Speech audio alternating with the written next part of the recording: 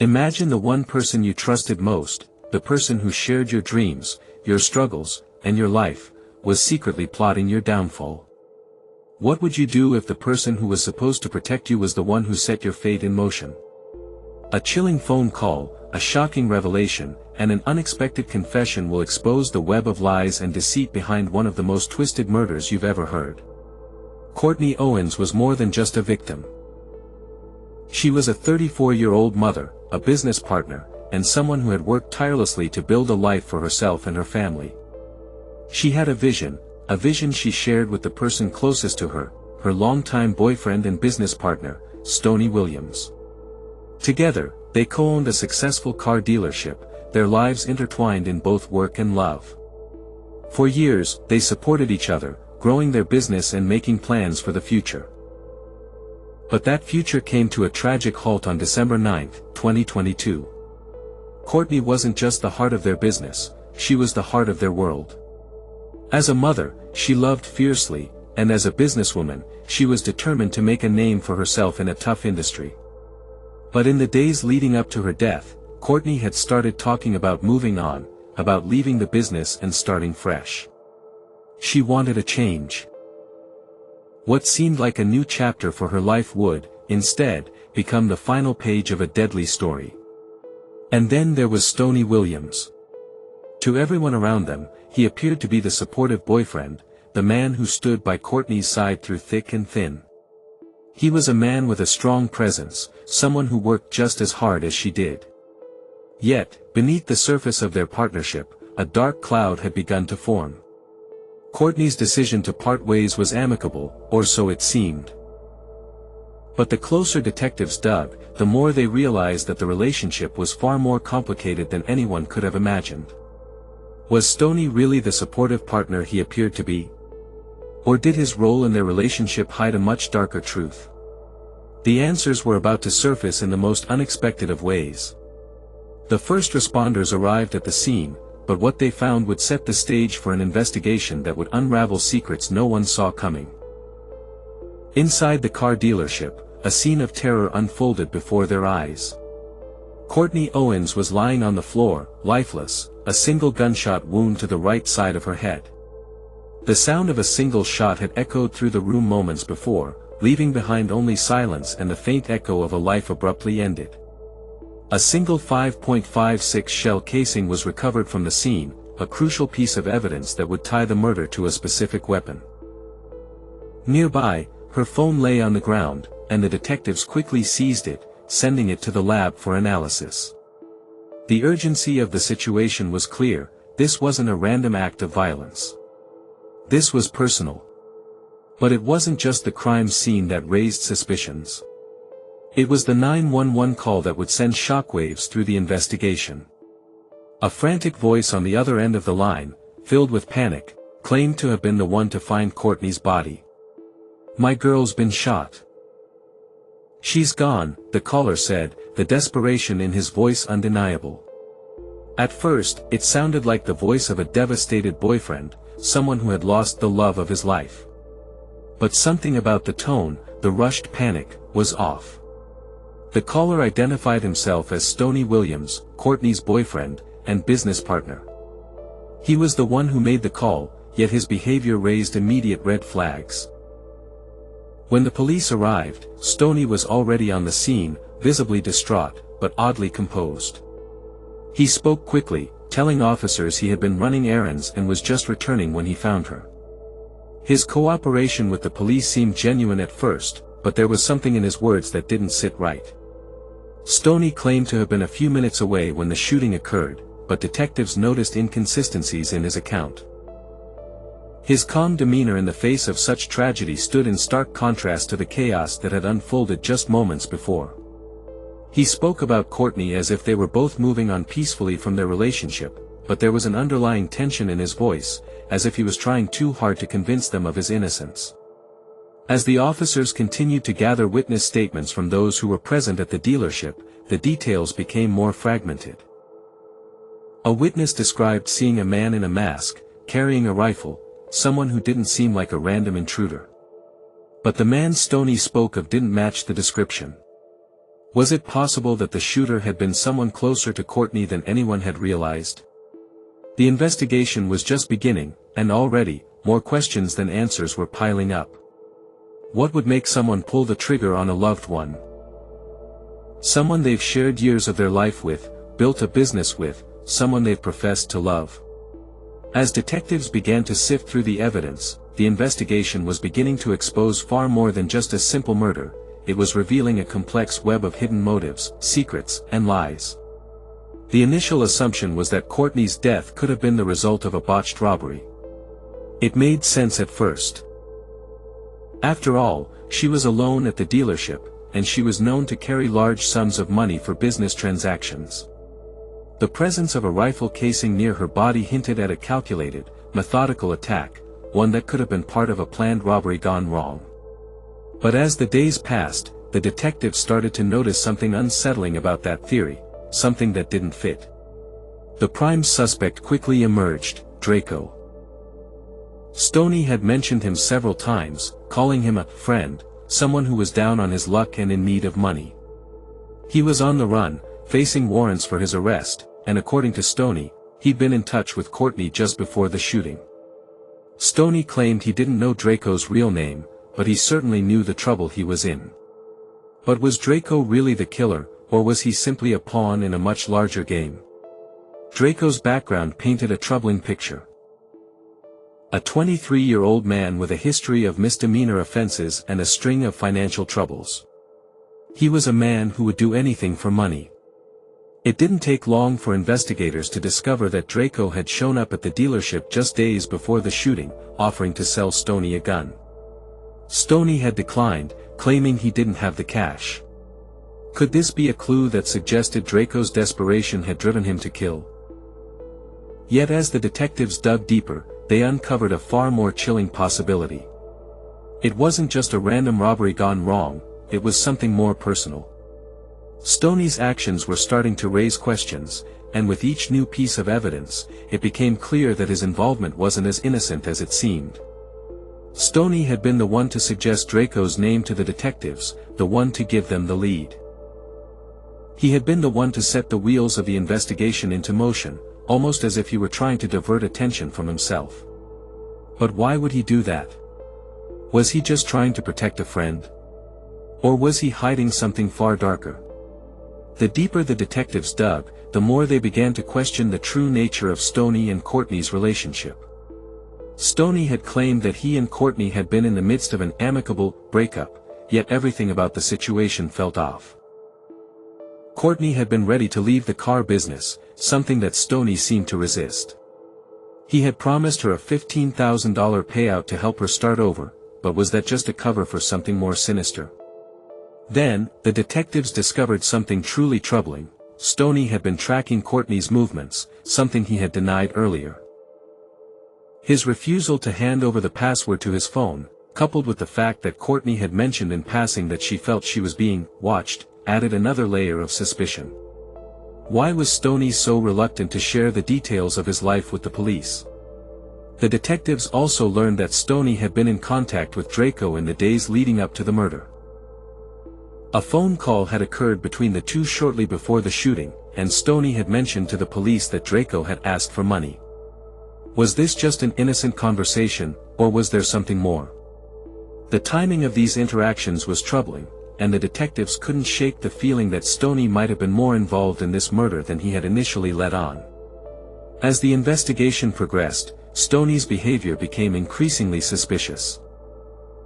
He cooperated with the police at first, but the more they questioned him, the more he seemed to be hiding. The inconsistencies in his statements began to pile up, and the detectives couldn't ignore the growing suspicion that he had played a far more significant role in Courtney's death than he had first admitted. Was Stony involved in her murder?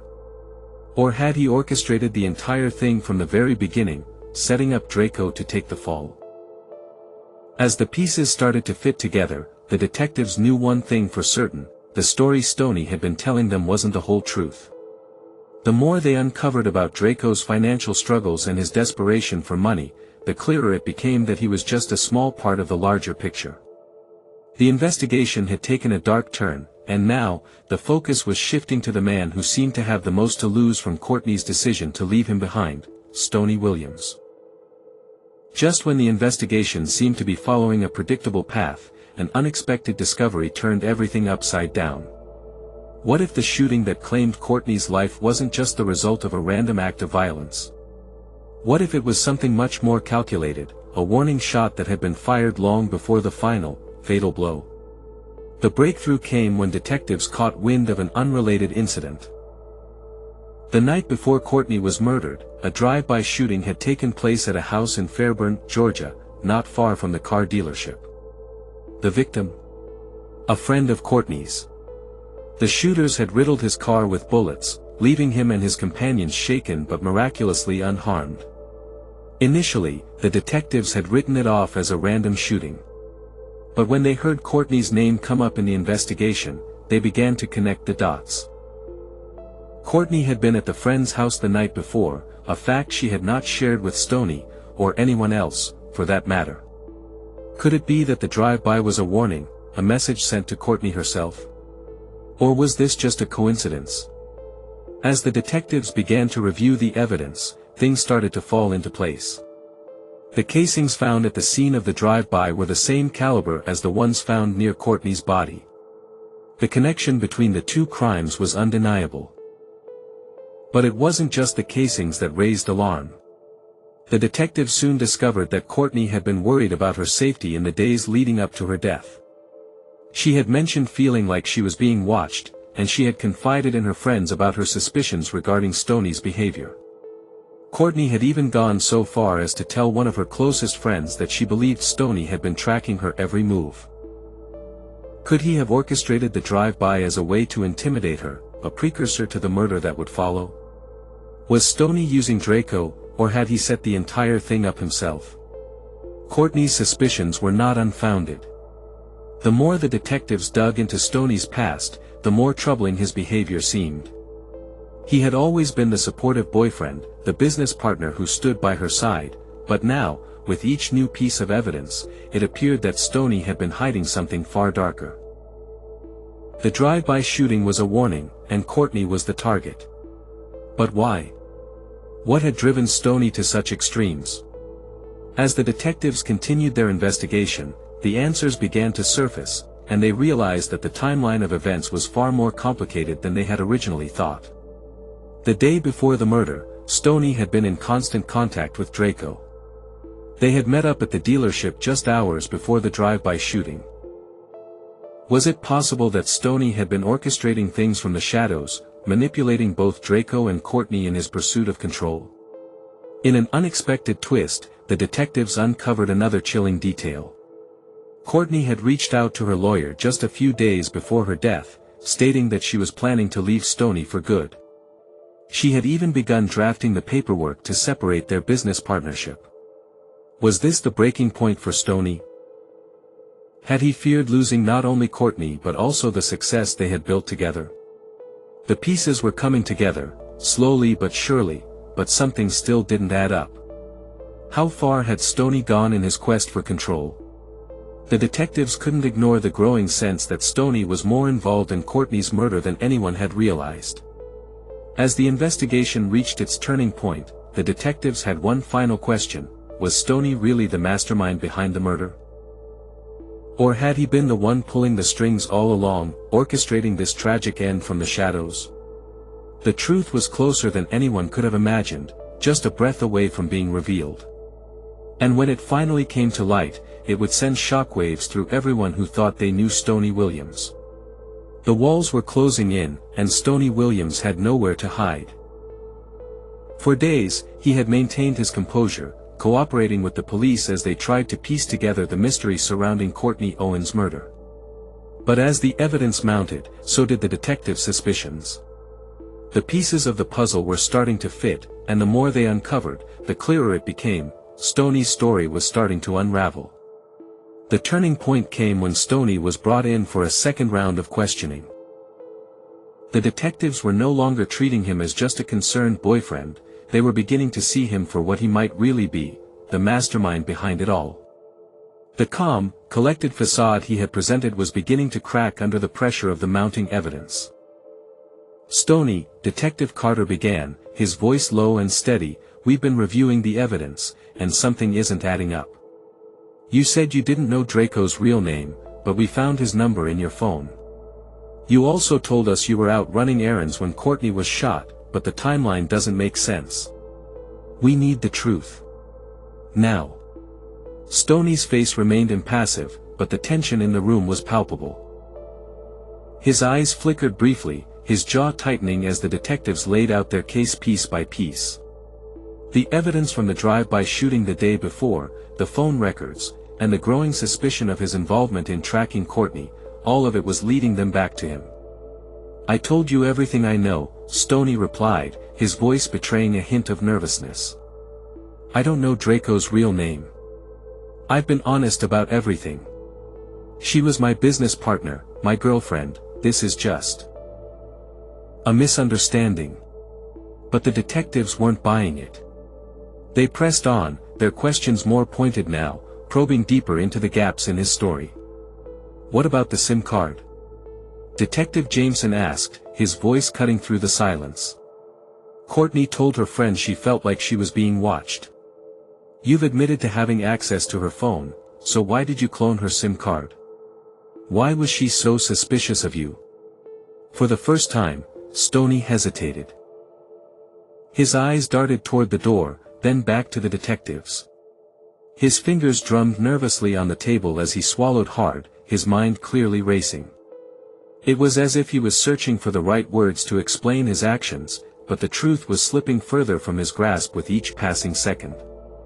"I didn't clone her SIM card," Stony finally said, his voice a little too firm, a little too rehearsed. "She changed it herself. She was always paranoid about people tracking her. She thought I was watching her, but I wasn't. I didn't do that." Detective Carter leaned in, his gaze intense, his voice calm but unyielding. "Then why did you refuse to give us the password to your phone, Stony? Why the secrecy? If you were really trying to help, why not let us in? Why hide the truth?" The room fell into silence, and Stony's eyes flickered again, his facade beginning to slip. He shifted in his seat, his palms sweaty, the pressure building as the detective's questions hit closer to the heart of the matter. There was no longer any denying it, the detectives knew something wasn't right, and they were getting closer to the truth. "I don't have to tell you everything," Stony said, his voice sharp now, defensive. "I don't have to explain myself. I've been through enough. I loved Courtney. I wouldn't hurt her." But his words didn't have the same conviction anymore. The detectives could sense the cracks in his story widening, and every time he spoke, the suspicion grew. Something wasn't right, and they knew they were just one step away from uncovering the whole truth. Detective Carter exchanged a glance with Detective Jameson, who nodded slightly. The time for soft questioning was over. It was time to confront Stony with what they knew, and force him to admit what he had been trying so hard to hide. "We know you were tracking Courtney, Stony," Carter said quietly. "We know you were involved in the drive-by shooting the day before her death. We know you tried to hide your involvement, but the evidence is piling up.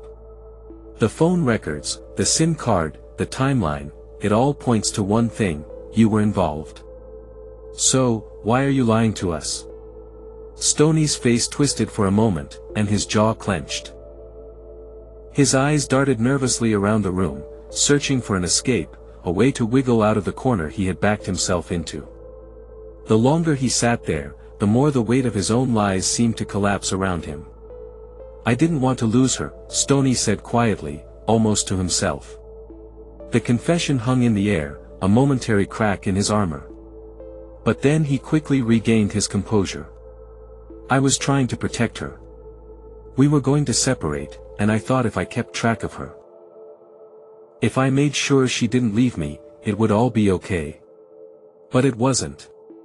The detectives exchanged a look. Stony's explanation only added to the suspicions about his involvement. The desperation in his voice was telling, but it didn't explain why Courtney's life had been taken, or why he had pushed her so far. Why had he allowed the situation to escalate to the point of murder? What was he hiding?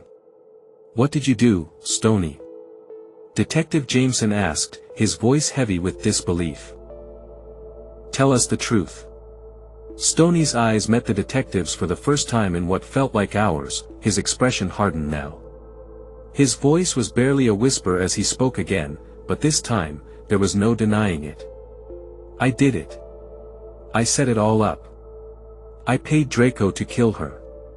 The truth had finally been revealed, but even now, it left more questions than answers. Why had Stony done it? What had pushed him to take such extreme measures?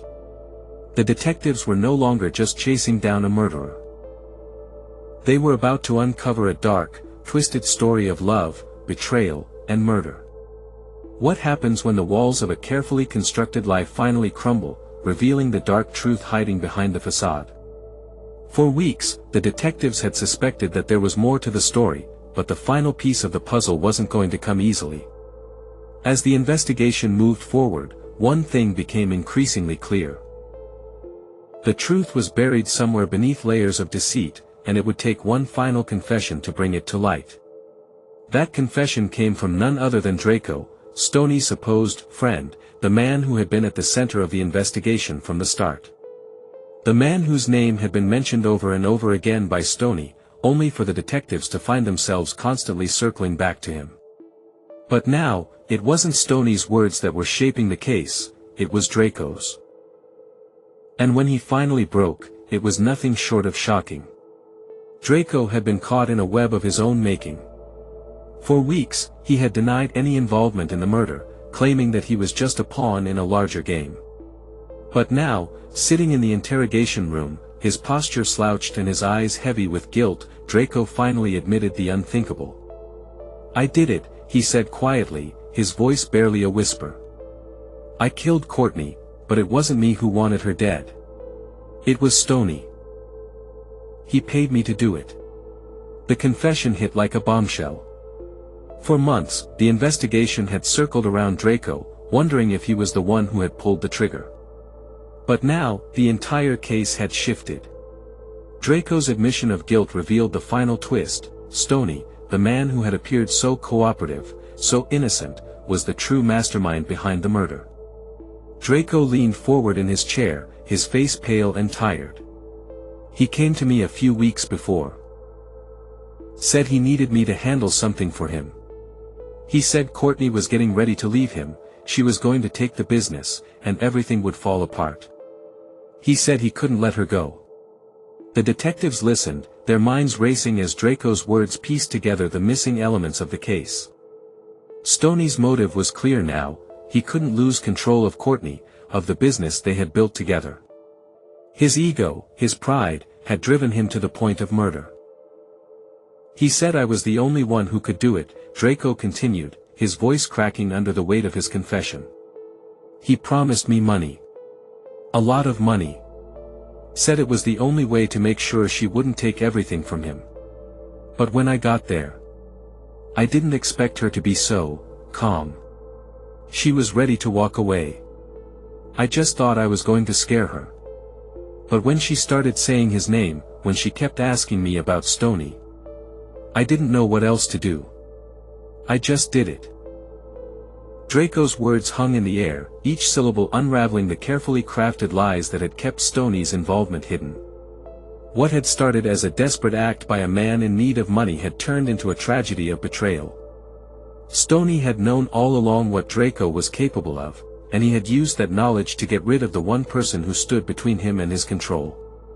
"He told me to make it look like a robbery," Draco muttered, barely able to make eye contact with the detectives. "He said it was the perfect plan. She'd be alone, the money would be gone, and no one would suspect him. He even told me to make sure the cameras were down, to make sure nothing could trace it back to him." The detectives exchanged a grim look. The plan was chilling in its precision, and the execution was just as cold. Stony had orchestrated everything. The cameras, the timing, the weapon. He had used Draco to do his dirty work, all while keeping himself out of the line of fire. But in the end, it was Draco who had cracked under the pressure of guilt. "I didn't want to kill her," Draco added, his voice barely a whisper now. "I thought I was just supposed to scare her, maybe hurt her a little. But I didn't mean for it to go this far. Stony promised me it would all be worth it, that everything would go back to normal. But after I did it, I just couldn't live with myself." The confession was a turning point in the investigation. With Draco's words, everything became clear. Stony's role in the murder was no longer a suspicion, it was fact. He had hired Draco to kill Courtney, to remove the one person who could take everything he had built. And when the plan had gone too far, when Courtney had died, Stony had made sure the blame fell elsewhere. He had manipulated everyone around him, from Draco to the police, playing his role as the devastated boyfriend, the innocent business partner, while secretly pulling the strings from behind the scenes. But there was one final revelation that would change the course of the investigation: the money. The $15,000 Stony had promised Courtney to help her start over, money that was never handed over, money that had always been a lie. It was never about the money. It was about control. Stony had been afraid of losing her, and he had been willing to do anything to keep her. Anything.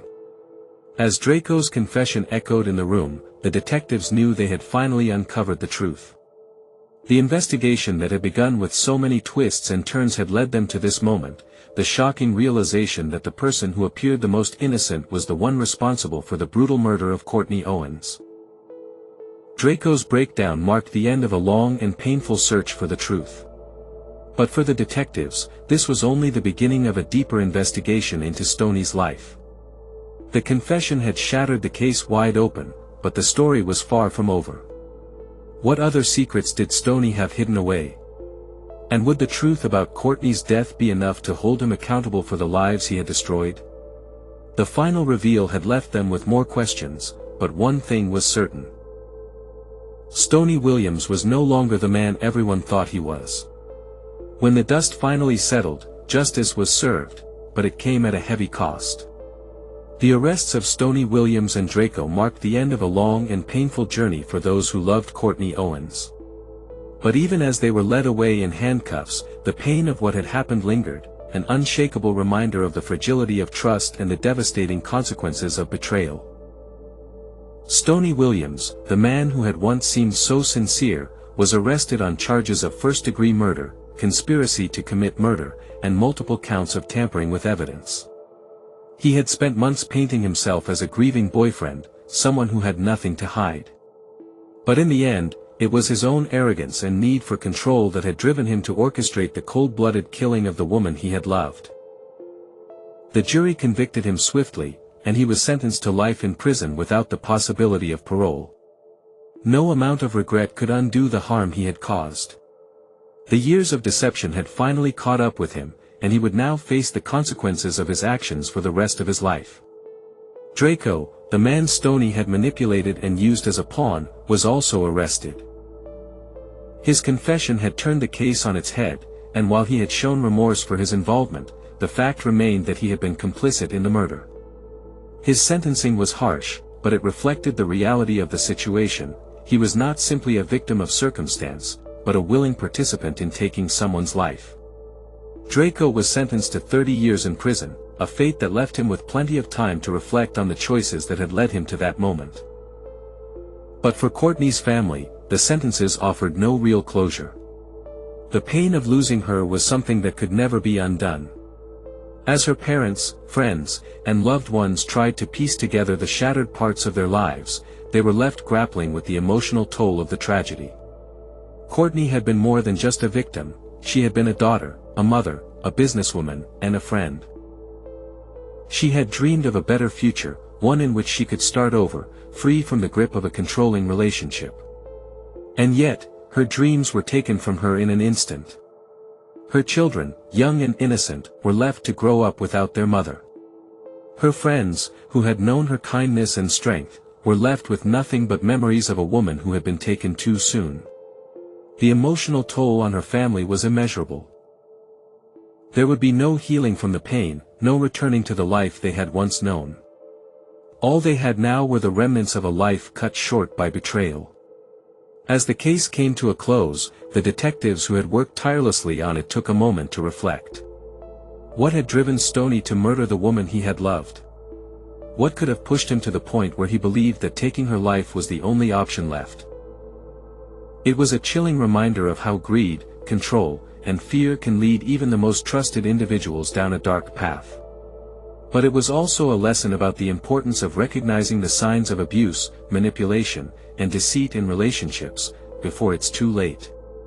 For the rest of us, it serves as a reminder that appearances can be deceiving.